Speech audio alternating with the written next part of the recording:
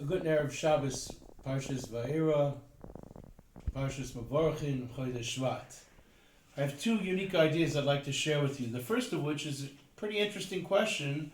Rashi says in Perek Vav, Pasuk Tes, Mekoitza Ruach, Rashi asks an interesting question. He says, why is it that Moshe Rabbeinu felt that it was important to ask HaKadosh Baruch Hu, what shall I tell you? What shall I tell Klal Yisrael that they should call you?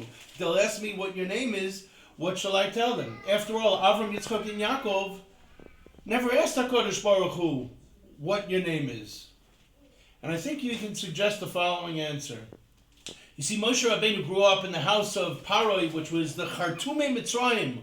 All the Kishuv Machers, all the magicians of Mitzrayim were present in Paro's house day in and day out, and Moshe had seen every trick in the book.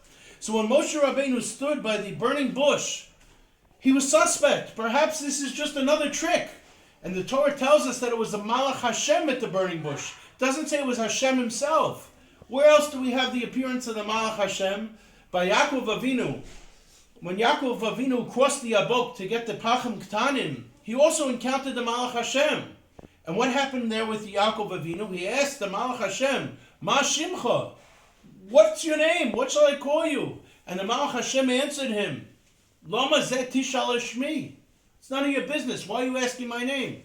So Moshe Rabbeinu, because of his experience with the Chartumei Mitzrayim, he wanted to make sure that this was indeed HaKadosh Baruch Hu b'chvoidei v'atzmoi, and not a Malach Hashem, which was the Sitra Acher, which was the Sar Shal Esav, that it appeared to Yaakov Avinu. So therefore, by the sneh, she'eino ukal, by the burning bush, he asked HaKadosh Baruch Hu, the Malach Hashem, when Klal Yisrael will ask me, what shall I tell them that your name is? And HaKadosh Baruch Hu gave the answer, Eheke Asher Eheke. And therefore Moshe Rabbeinu knew that this was indeed the Rabbeinu Shalom. The second idea I'd like to share with you, the Pasuk says, Vayedaber Hashem Moshe Lemor, Vayedaber Moshe Lefnei Hashem Lemor, Hey Bnei Yisrael lo shamu elai, Ve'ech yishmareni paroi, v'ani aral svasayim. So first the Pasuk says, Hey Bnei Yisrael lo shamu elai, the Klal Yisrael will not listen to me because of my speech impediment. Ve'ech yishmareni paroi, and how will Paroi listen to me? And only at the end the Pasuk says, v'ani aral svasayim. If you think about it, the question would be much more prudent to ask. First, Moshe Rabbeinu should say, Ani aral svasayim. And then Klal Yisrael won't listen to me, and Kal v'chomer Paroi won't listen to me. Why is V'amani aral svasayim left to the end? And I think from here we can learn a tremendous lesson about a manhig.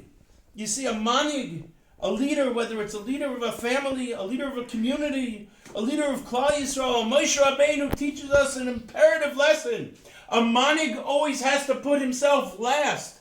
First, he worried about Klal Yisrael. He says, Klal Yisrael, who is suffering from the Avodah Kasha of Mitzrayim, how will they listen to me? Lo shamu elai. Paroi won't listen to me. V'ani aral svasayim. He put himself last to teach us the imperative lesson of leadership. A leader puts others first. A leader worries about himself last but not least. And one other very short thought is, we can learn from Moshe Rabbeinu the fact that HaKadosh Baruch Hu did not miraculously heal Moshe Rabbeinu's speech impediment. HaKadosh Baruch Hu could have very easily healed. V'anoichi eyem picha. Hayipoli me'Hashem davar. Could Hashem not have healed Moshe Rabbeinu? Hashem B'dafka did not heal Moshe Rabbeinu. To teach us that we, each and every one of us, should not say that, it was because Moshe Rabbeinu was not yoinek, he did not nurse from the mitzvahs, and it was because he only ate the chalav Yisrael of his mother, Yocheved. Therefore, Moshe Rabbeinu grew to be such a leader? No, that's not the Torah way. The Torah way is for each and every one of us to know that in spite of the challenges, in spite of the adversity, in spite of the speech impediment, even though Moshe Rabbeinu only ate from the chalav of his mother, a Yisraelis, nevertheless, he was not healed with his speech impediment to teach us that we also have impediments. Rabbi Shalom poses us with challenges and adversity, but those challenges and that adversity are opportunities for growth.